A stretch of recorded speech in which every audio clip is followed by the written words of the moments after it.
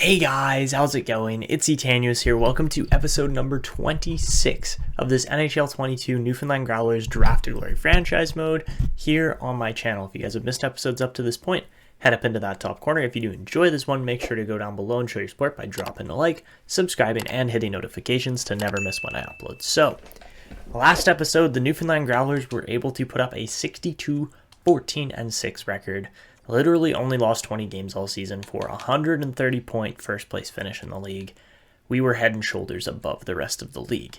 As far as the AHL goes, the Huskies were absolutely amazing too, also winning 60-plus games and tying with the Hartford Wolfpack for first place.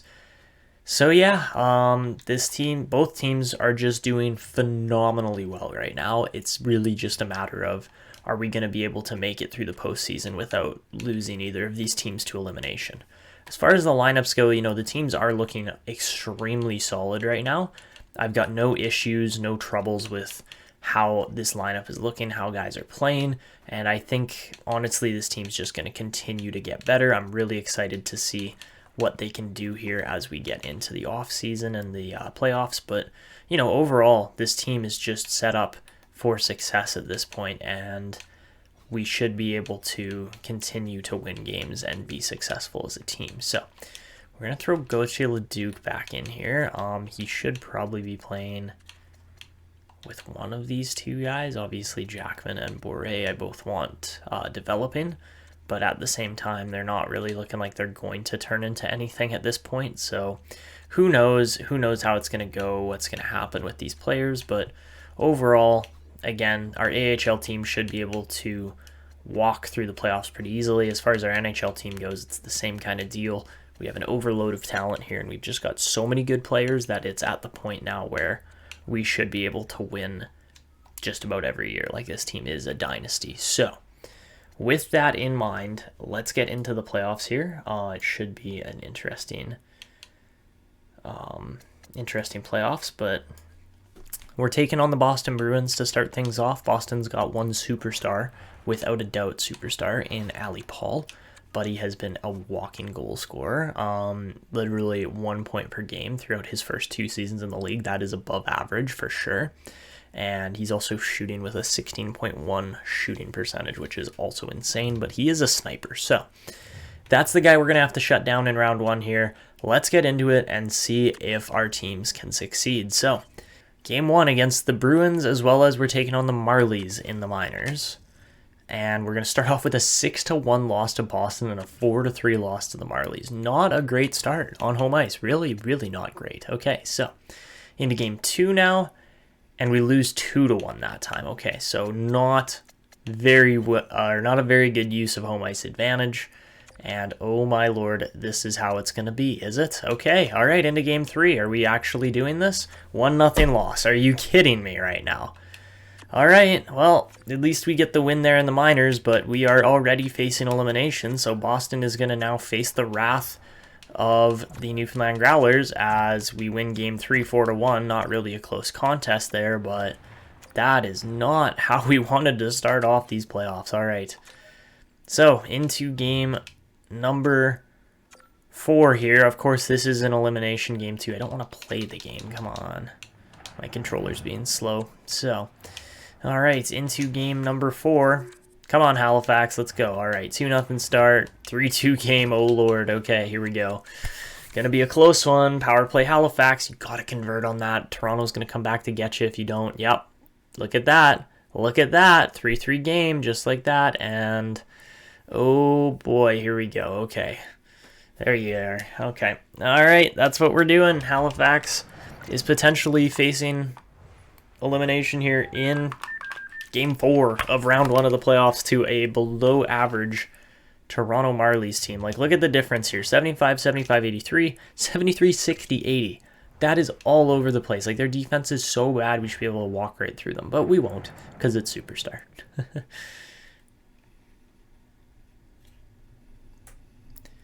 All right, so not the spot we wanted to be at in Game 4 here, but of course we are facing elimination, and we're going to have to really step it up here. So, Borowski steals the puck, comes walking in, fires a great shot there, good chance. Oh, come on, Kolosov, you got to take that thing away.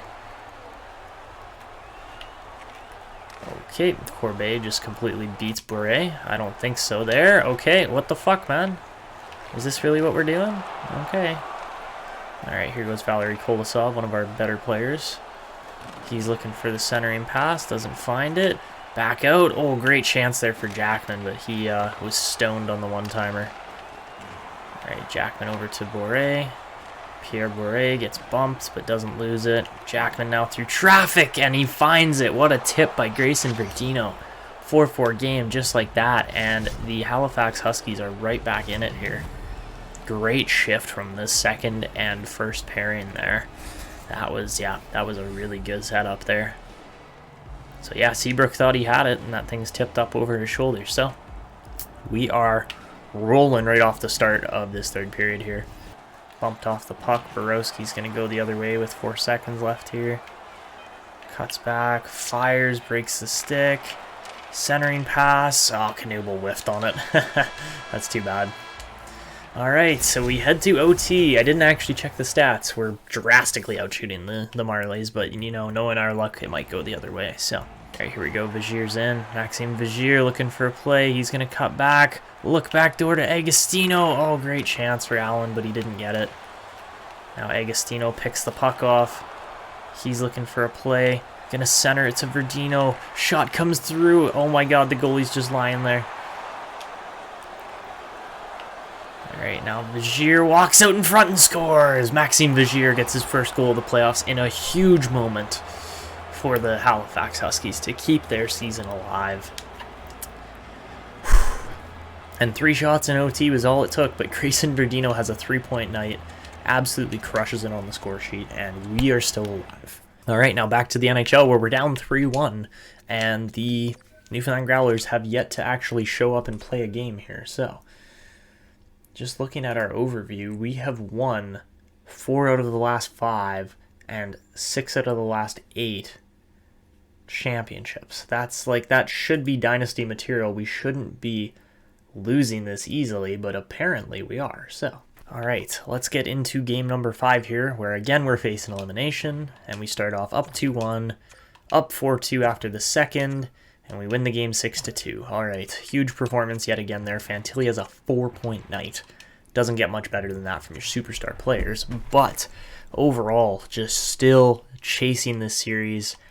Now it comes down to, can the Marlies get the job done against the Huskies, or is Halifax going to prevail as the better team here? So, first period, down 1-0 to Toronto. Second period, up 2-1 against Toronto. Goals from Jackman and Kolosov, getting the job done. But as we head into this third period, we know Toronto's resilient. We know they're a good team, and that they keep coming back in this series. So, power play Toronto. Does it convert? No, it does not. We kill it off. That's huge. And really, with 4 minutes left, it doesn't look like there's much hope. But Lee Bruce gets the goal there for the Toronto Marlies, and we head to OT yet again, outshooting them by 20-plus shots, and somehow we haven't won this game yet. Like, if Roberto Jackman's catching you, you're not really... Okay, that's interference. Thank you. My goodness, I'm like trying to go around the guy after he's thrown the body check and gone out of position. Clifford Frank, go sit down for 2 minutes, bud. You just ended your team's season, essentially. Alright, let's finish these guys. They can't be taking stupid penalties like that in a high-pressure game 5 like this. I keep saying game 7 because it's the elimination game. You're not seriously going to try to go for this, are you? Yeah, good play. Like, I don't know what you're thinking here. You think you're going to headman the puck and go score a goal? Like, I wouldn't bet against it, but... Pass into Doherty, and there it is. What a play. Karanen and Doherty just cycle that thing around. And there's lots of space out there. It's a power play, and Doherty actually scores a one-timer like you probably should be able to more often in this game. But, yeah, just a bomb there from Doherty. And, you know, Doherty has grown into a pretty decent defenseman over the last couple of years. He's up to, like, what, 78, 79 rated now? He's borderline making our team here. It's just we have some other really good defensemen too. So, yeah, that was an absolute cannon, though, to end off this series. But, yeah, the Halifax Huskies survive, win 3 in a row, and move on against the Toronto Marlies.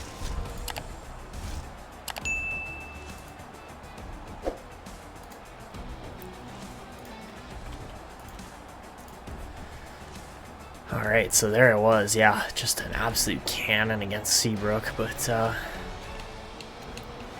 1 goal there and 5 shots from Kolosov gets our best stat line of the game. Okay, so Halifax moves on. That is a good performance there. But in Boston now, this is going to be a tough one. We're down 3-2 in the series. We need to win this one to survive. And we start off down 2-0. Ali Paul and Wingles get the goals there. Second period, it's a 1-goal game from Fantilli. Let's see if we can jump in and tie this thing up. But overall, not in a great spot. Alright, so we got our first line back out here. And, alright, Catton going to win the face-off back to Grand Pierre. He can't get it through. Sawyer Klemm now going to go back to Catton. Over to, oh, Nicholson just absolutely broke his guy's ankles. What are you calling a no-goal there for? Did it go off his hand? Are you kidding me? It hit his leg. You can't call that a kicking motion. Goal, yeah, obviously it's a goal. What was the call for? Okay, so Nicholson hammers this thing. Oh, did it go off his hand? No, it just hit his, hit his body, hit his hip kind of thing and went in. Off the post too, no less. Like, you look at where that shot went. Boom, post and in. Yeah, okay, nice. 2-2 game, but my goodness, what a ricochet there. So we are tied up here halfway through the third period, 2-2 game. All right, Catton gonna win the faceoff, get the puck right back. Berkly Catton gonna fire a good backhand there. There's a good chance, but did not quite convert. All right, Grands. Like, what was that call? Boarding, hey? Boarding. Because Edwards didn't get hooked or held at all on that play. That's such a bad call again. Like, why don't you call the initial penalty there, Boston referee? Like, how much are the Bruins paying you for this game? They gotta tip you, like, at least $10,000.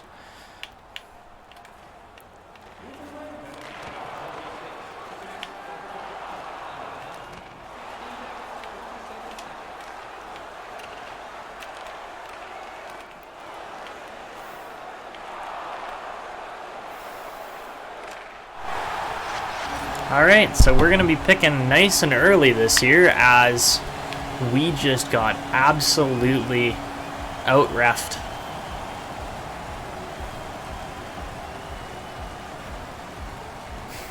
That one stings. That one stings so bad because, like, we are such a better team than Boston. They're probably going to get swept by Tampa or Detroit, whoever they play next. I doubt they even win a game, but, like, it's the President's Trophy curse. I swear to God, we finished with 130 points and get knocked out in round 1.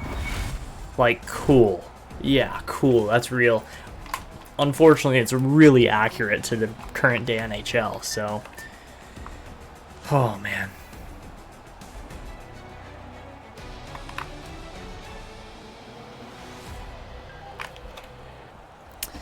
Alright. We outshoot them by 12 shots! 12 bloody shots, and we lose by 1 goal. Brutal. Alright, well, that's a good old-fashioned first-round elim from us, and I guess we now just get to follow the... Man, I was ready to go on a big old playoff run, and we choked it. We choked it real hard, but let's take a look at the rest of the playoffs for round 1, just see how things are looking, and... well, of course, we'll take on the Laval Rocket there, but there's a quick glance at everything else. If you can't see the bottom corner, it would be Providence and Hartford would go through in 4 games. In the NHL, we're out in 6 in that bottom corner there, but Detroit out in 5. We still got some 7-game series going on between Philly, New York, Washington, and Florida, and then, of course, St. Louis, Winnipeg, Anaheim, and LA will make it through to the next round.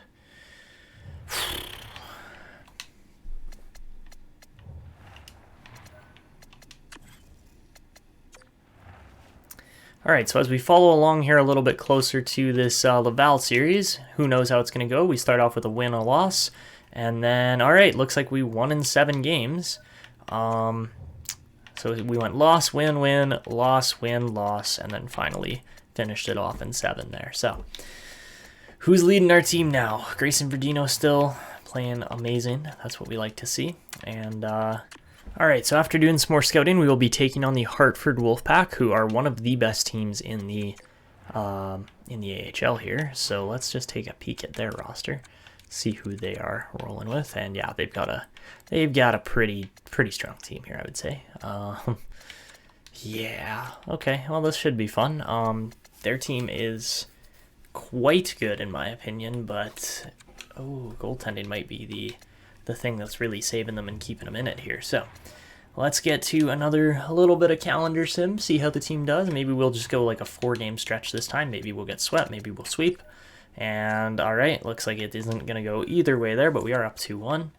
And I am in the midst of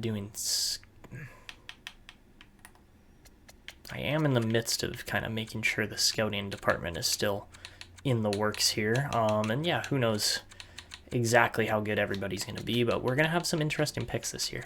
All right, so we split the 4 games 2-2 there. We lose. Oh no, we lose in game 5 to go down 3-2. Game 6, we start off 1-1, 2-2. Are we going to have to jump in here? Are we going to be able to beat Hartford? Let's see. So they're getting all the shots right now. Power play Hartford does not convert. Come on, Halifax. You got to gain some morale and mentality off of that. Oh boy. Okay, this is not good as Hartford's getting most of the chances here. No shots taken, and we will head to OT. All right, we got to survive. We got to survive with the Huskies just to salvage something from this season. Because the Newfoundland Growlers seriously let us down, to be completely honest.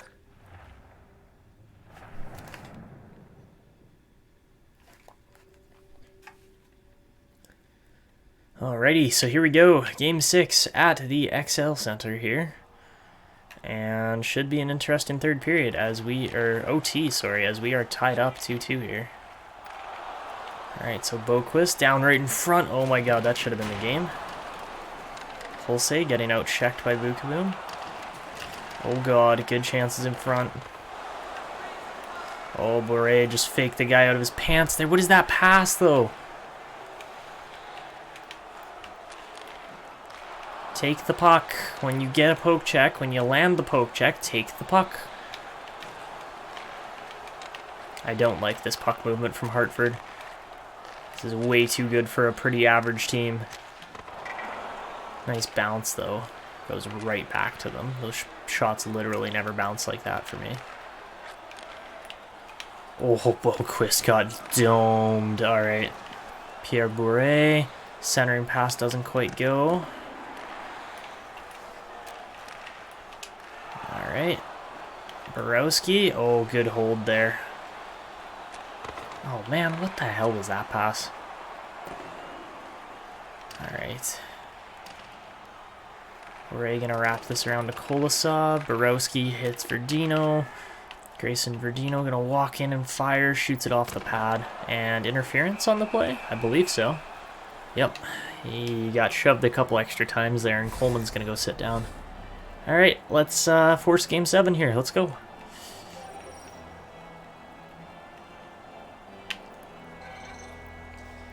Alright, so Karen in here. Loses the face-off, guaranteed. Maybe not. Okay, no, definitely. Oh, no way. Is that delay of game? Yes, it is. Oh my god. I have never seen a delay of game penalty from the AI in this game. Like, never. Not once all year. This is the first time I have seen a delay of game penalty, and Kai Hall... Oh my goodness. What just happened? I've never seen that before. Alright, it'd be nice if Joakim Karanen could actually win a draw now, though, and of course he doesn't. So we're going for a skate. Alright, Byron Borowski, let's get things going here, bud. Alright, Nicholas Bukaboom, gonna gain the zone, set up, drop it off to Knuble. Greg Knuble tees one up, shoots it 10 feet wide of the net. Oh dear lord.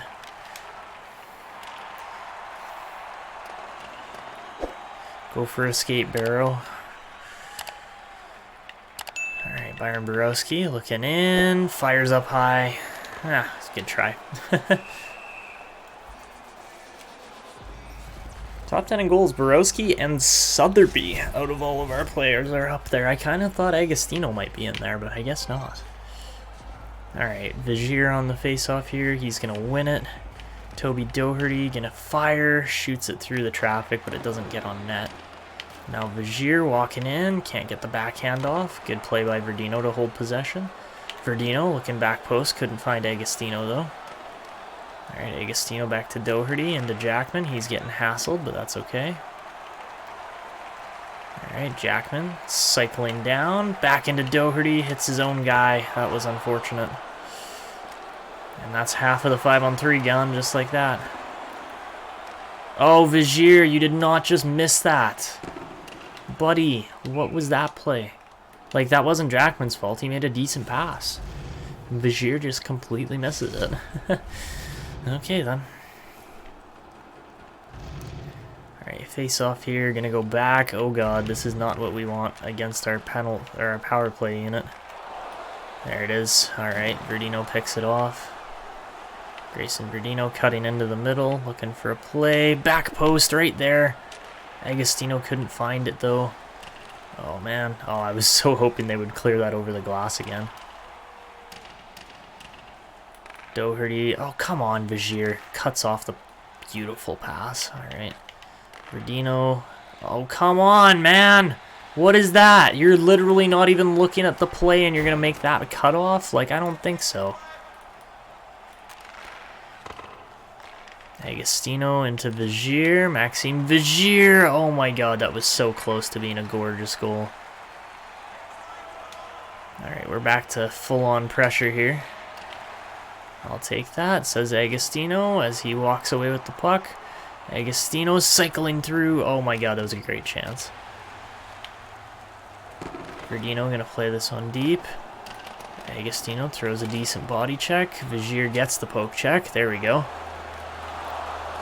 Oh, that's got to be a turnover right in front. That's like, anticipate just a little bit.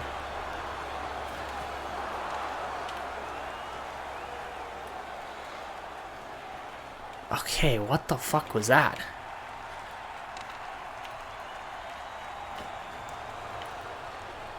There we go, knocked him off.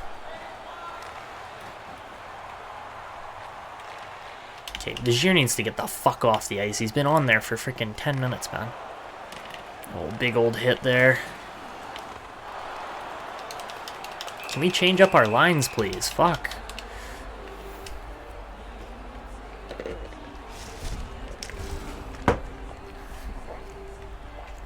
Alright, so after utterly squandering a 5-on-3 power play, we go back to even strength here, and we really need to get something going here. So, here goes Sotheby. Jalen Sotheby gonna walk in, fire. Oh, that was a great chance.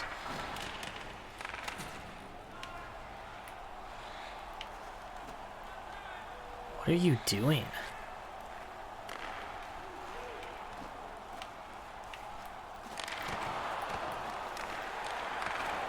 Alright, here goes Sotheby. Sotheby walking forehand, backhand, gets hooked in the process. No penalty on the play. Thank you. Frigon over to Sotheby, who loses it on a pretty sad effort there.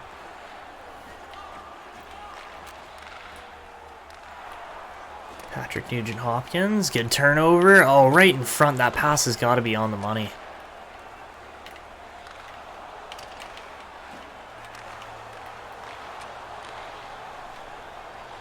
Pick it. There you go.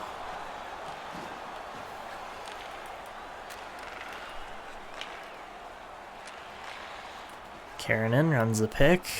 Knuble walking in. Oh my god, how are we not finishing this off? Oh, fuck you, Niederbach. What the fuck is that bullshit possession? Go fuck yourself. I can't believe you just fucking pulled that shit off.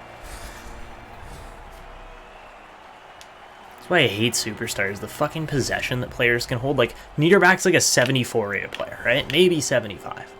And he sits there and he holds the puck for like 2 minutes straight, just evading every single stick check until he can draw a trip. Like, I don't think so.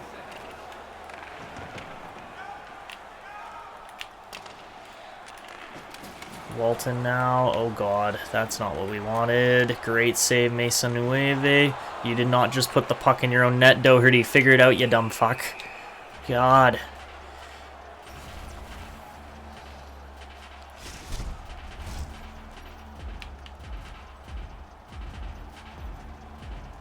Alright, Vigier here. Great face-off win. That's what we needed.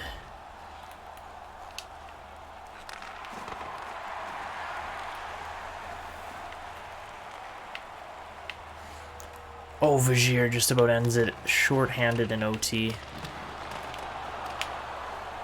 Big hit by Agostino right out in front. Vigier, oh my god. He just had to find that one there. That's all he had to do. Couldn't do it.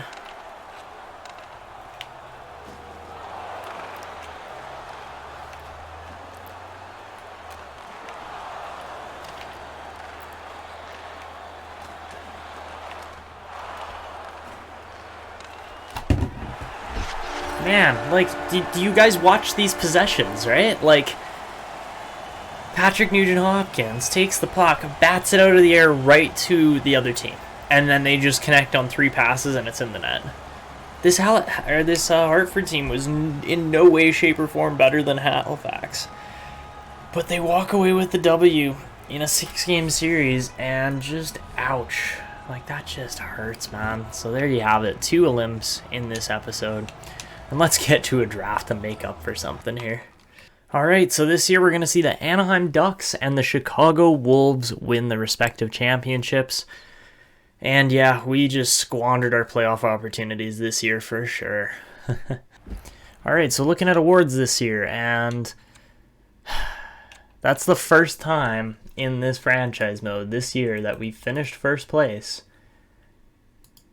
Oh no, sorry, it's the second time that we finished first place and didn't win the championship. So for player awards this year, guys, Joakim Kemell would win the Art Ross and the Hart. Nicholson would be one of our few award winners here, getting his 3rd Norris of his career, which is pretty crazy, except Kiviaru's already gotten 4, so there's a bit of a difference there. Kemell would also get the Lady Byng. Dundas would get the Calder this year. McTavish would win the Conn Smythe. Malikov would win the Vezina as well as the Jennings. So in my opinion, Nathan Fairchild got absolutely sewered there. 41 wins wasn't enough. Herbert there for Ottawa got the Masterton. Weller for Philadelphia would win the Adams. McTavish would also win the Selke. And then we would see Kemell win the Lindsay. And of course, Smolinski win the Rocket. As far as the AHL goes, King would win the Sullenberger. Sullenberger? Yeah. He would also win the Cunningham. The Marsh would go to Nicholas there. Bruce would get the Red Garrett Memorial there. Heinola would win the Shore. Mason Nueve would win the Baz. Havlid would win the Butterfield. Lashoff would win the Hunt. Tikkanen would win the Dupree. And, of course, Mason Nueve would also win the Holmes. Alright guys, so just before we actually hit the draft here, we've got some pretty big names coming up, and unfortunately we are not going to be able to manage every single one of these. A lot of them are actually asking for way more money than I think they're really worth, but we're going to have to pick and choose here, and that is rough because we've got a lot of good players in this team, a lot of guys that I do not want to give up, and that of course we cannot trade. So yeah, now it comes down to picking between all of these guys, and it sucks because that's just how this game goes. Oh no, Gauthier Leduc is not going to be getting signed. Alright, well this team's definitely going to get a little bit worse here coming up, but fortunately we do have some guys in the system that should be able to kind of reserve the spots that are going to go missing here, so... How about Pierre Dagenet? Ooh, okay, 101 points. Not quite the same as 124, but he scored 50-something goals there. So, yeah, for a 7th rounder, Pierre Dagenet is looking pretty darn good. Kluchek as well. So, yeah, we've got guys that are expiring that are going to be good players. No doubt about it. It's just more so I wish we could keep guys like Sawyer, Klemm and such. I mean, he's a terrible skater. Like, he's just brutal. But, you know, he was one of those guys where we're like, yep, he's a draft steal. He's going to be sticking with this team for a long time. I get the feeling he's going to get qualified here, unfortunately, because we don't have the money to pay him. Versus a guy like Matt Svedberg, sure, he's 3 ratings lower, but he's got his own ability. He's been decent. He's put up, he's consistently gotten better. He doubled his production over 1 year. So if we take him and put him up on a higher line here, I really do think that he is going to thrive and he's going to flourish. So that is probably going to be the play here as to what happens. Honestly, I think we're going to lose Draper too. I don't think we can re-sign him, as well as O'Neill. And of course, we are looking to try and stick with our better defenders. That is this team's biggest need right now, is defense. And Gustavo O'Neill, he's going to be one of those guys that we have to keep around. He's a shutdown defenseman. Sure, he puts up a lot of penalty minutes, but 44 points and in your first, 164 games? That's not bad, along with a plus 67. He's been very solid for this team. So yeah, you do have to just look away from the stats so much with him and just really think about, is he going to be a difference maker? Yes, most likely. So we got $10 million. If he wants 6.1, he wants, yeah, okay. That's all of our signings right there. Never mind a guy like Mason Nueve, who is going to be surprisingly cheap. Of course, I wish we could, get rid of the contract of Yury Vorobyov at this point, even though he has won 373 games in his career. It's just Fairchild's going to be better, and we know he's going to be better. So that sucks because, when he comes up to his expiry, yes, he is qualified, or can be qualified, and we could stick with an older goalie in Vorobyov, but Fairchild just won 41 out of 55 games. He was absolutely rock solid in his draft, or his debut plus 1 year. And we look at, it wasn't really the same story win-wise for Vorobyov, but he continued to get better, got up to 39, 41, 44. He hasn't broken the 44 win mark in his career, which is actually surprising based on how good he's been. So let's go and offer those contracts right now. We are obviously going to drop an 85 percentile rule on here, because otherwise we cannot afford even half of the guys that we want here. And that is just the way contracts go in this game. So all expiries. Klemm wants $10 million for 2 years. I don't see it happening. He's a UFA by then. We could get some really decent compensation for him right now. He just came off a 73-point season. He's a great player. He's a good big body, but cannot skate at all, which makes him less valuable in my opinion. If he could skate even a little bit better, that would make a big difference. So let's get to this here. We're looking at a $5.45 million contract. I didn't type it in right. We'll be looking at a $4.63 million contract for, oh, that's Gordy Draper. Hold on, that is an error, but 5.425, or sorry, 6.425. So $5.475 million deal. Got a bug flying around in my face. For 3 years, not bad. Do we do it for 2 just to keep him an RFA? That might be the play. Just for, so he'd be 6.275. So we're looking at a $5.3 million contract. This is the bridge deal for 5.35. Okay, this is the bridge deal for Gustavo O'Neill. That is going to be that one where we look at it and just go, yep, we have to sign him for this price essentially.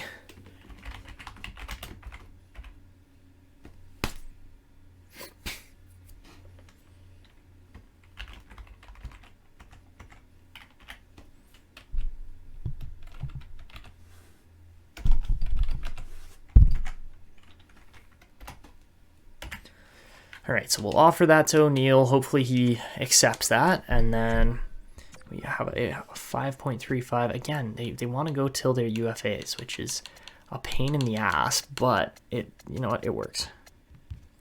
So 5.05 would be a $4.3 million contract for the next 2 seasons. Again, Svedberg, it's prove it to me. I want to be able to qualify you if you don't play well, but if you do, then obviously we will try to keep you around.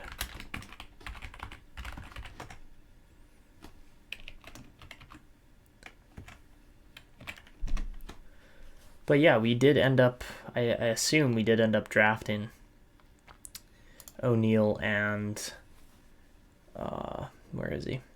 O'Neill and Swedberg. Yeah, they were in the same draft. So no doubt there really about how good they were going to be. Except, yeah, Swedberg has taken a little while to develop, but that's okay. So those are the only ones we're going to do for now. We're going to wait on the rest of these contracts. We're going to qualify Sawyer Klemm going into next off season, but yeah, it should be a good one. So let's advance a little more and get to this draft. And Swedberg sticks with us, same with O'Neill. Perfect.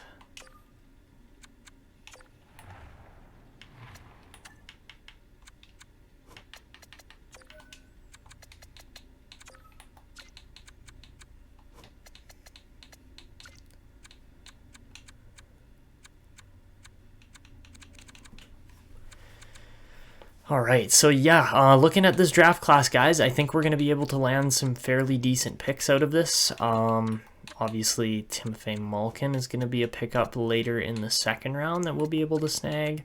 Hobson looks like good potential player. Rod Cameron, 2-year ETA on this guy. Not a crazy stat line as far as 34 and 62, but keep an eye on him. We might be able to snag him too. Reardon, I'm thinking, is going to be our first-round pick. He's a massive 6'5 defenseman.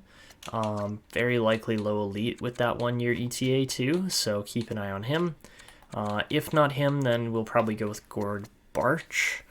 And yeah, apart from that, you guys can see some other players in here that, you know, we're probably going to have to pick and choose between, but I'm okay with that. So let's get to this draft. Arizona is going to be picking number 1 this year, so lucky them. They're going to be getting a franchise player in Emil Wolf. And yeah, this is going to be an interesting draft here.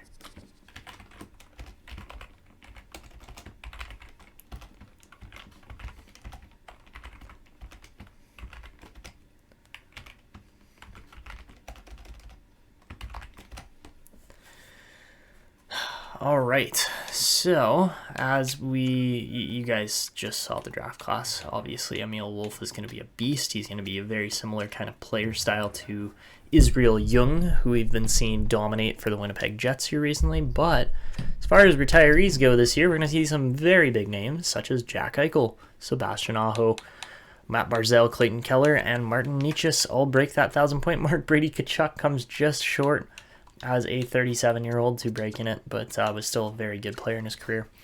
And Carter Hart, 485 in the win column for him. He was phenomenal. Jake Ottinger, 133 as a backup for Seattle this year, so he was not too bad at all. And I am just wondering, did we see anybody retire on our team?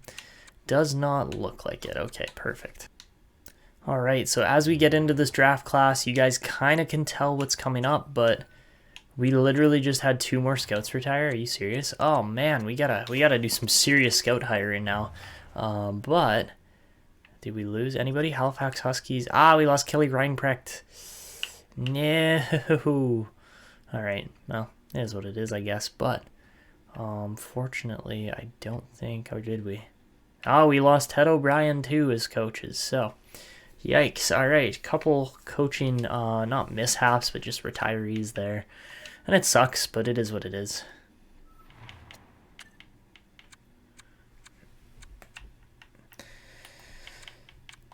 All right, I think we're ready to go here. I don't really feel the need to do draft interviews when we got this many good players in the works or looking like we're going to draft them. So, some interesting names here as far as player growth, player development, things like that. I think Doherty and Boré very well could be in the NHL this upcoming year, but we'll see what happens. So, yeah, we're paying certain guys too much. Obviously, Delmore's just making way too much money, whereas guys like Sutter are still on entry-level deals and are literally producing at a very similar rate, unfortunately. So, yeah.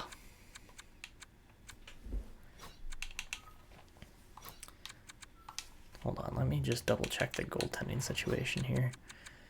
Yeah, like there's not really much of a difference apart from contracts, and we could totally run any of these goalies as backups too, which really sucks because Fairchild was way better than Vorobyov was, but, you know, that's just how it goes sometimes. So, all right, let's get to this draft. Obviously, we can't make trades. We can't free up contract space or do anything like that. That's just the rules of this game. But our first pick is going to be at pick number 29. So I'm really hoping we can land Kelly Reardon here. And we are not going to. Oh, man, look at him, too. He's a 72 rated defensive defenseman. Ouch. Yeah, he would have been nice. Bielyash would have been really good, too. And apart from that, 78 rated Haikala. Oh, man. This was a draft you did not want to miss out on, and we obviously are, so. Oh, this hurts. Beta goes to Vancouver. Lucky buggers. Oh, man, I wish we got to land some of these guys, but it was not meant to be. Turnbull, sick. Pittsburgh gets a sweet left-wing sniper there, too. But yeah, Emil Wolf is going to be the serious player out of this draft. So I guess we go with, it's either Gord Barch, who's a 3-year ETA, pro release, hard shot. He's going to be good. I have no doubt about that. 71 and 65 as a 17-year-old is pretty impressive, but it's either Gord Barch or Charlie Hodges. And what do we really need more? I mean, if you look at our system here, like, I don't know. I would say our defense is we probably have enough defense, but at the same time, you know, guys haven't developed quite the way I was hoping they would. So, yeah. Yeah, okay. So, with that in mind, let's go with a forward here. I'm feeling Gord Barch. I think he's going to be a little bit better than Hodges career-wise overall. So, yeah, let's go with Barch. He's a 6'1", probably a sniper in my opinion. Let's see. And he is indeed a sniper, low elite. Decent X factors there, make it snappy all alone, and snipe. And for a 17-year-old, I think he is just going to get better. Hopefully his skating and puck skills can improve a little bit more. I'm not so worried about physicality and defense for a player like him. But yeah, we'll go with Gord Barch there. That's a good pick. And over to pick 62 now, where we're going to see Antilla just get picked out from under us. We don't get to draft him, unfortunately. But that Janicki guy was 60 rated too. And yeah, some really good players in here still. AJ Morgan, good goalie there for... Oh my god, Hodges was 67. 67 rated. I was not seeing NHL ready on that scouting report earlier, but yeah, oh well. Hodges probably would be in the same kind of boat as a guy like Gauthier Leduc or players like that, whereas I think a guy like Timofey Malkin might develop into a better defender. Foot speed, puck mover, and mobility is huge on a 6'4" guy, so keep an eye on Timofey Malkin as we take him, and he's 67 rated. Not bad for a second rounder. We'll take it, and, you know, pick 62, that's still really good. All right, so yeah, I think Malkin could potentially turn into something, but as we get over to pick 95 now, I think we are actually going to be going with yet another defenseman. That's kind of why I'm okay with not taking Kelly Hodges there with the end of the first round pick, but like I said, yeah, the second round was really solid, and then we land Malkin too, so I think we're going to be just fine here on defense because our next guy we're going to go with is way off the board, but he's guaranteed potential. So we will indeed go with, where on earth is he? Don't tell me he's this far off the board. No way, did he get picked already?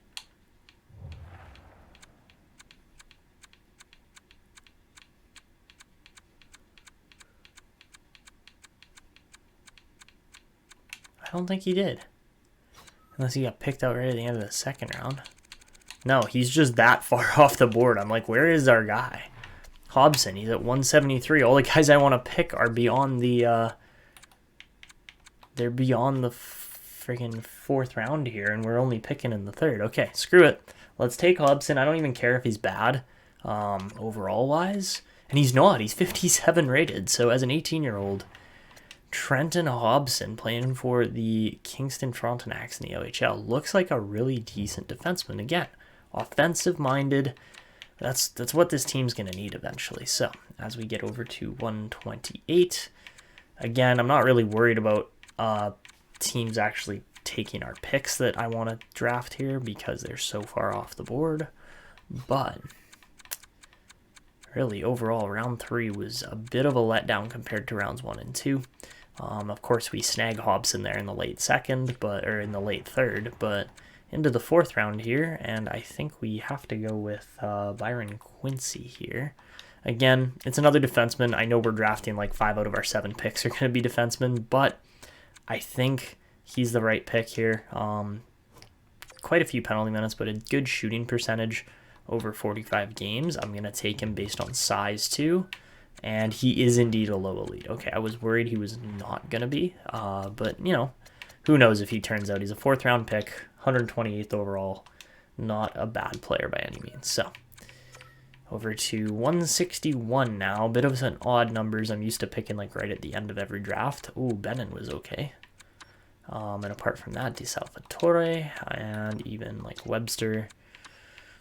Not bad. You know, not a bad start to the 5th round there. As far as the end of the 4th goes, started there in McGinnis, or McGinnis. I thought I said his name wrong, but nope. I'm gonna pass on Scrimes because I want to take this McDonald guy. Again, he didn't really get a small sample size, but again, decent numbers overall. The 3.5 shooting percentage is bad, but I'm also, you guys probably know this if you watch my channel long enough, I am from Kelowna, so I'm kind of picking biased here on McDonald, and he is a low elite. I was like, he's probably going to be top 6 at best, and interesting potential there. I wasn't exactly expecting that, but we'll take it. Jose McDonald, again, 5th round pick. Who knows if his career ever goes anywhere, but over to pick 194 now, and at 194, we are going to see, again, just about, this is a terrible draft.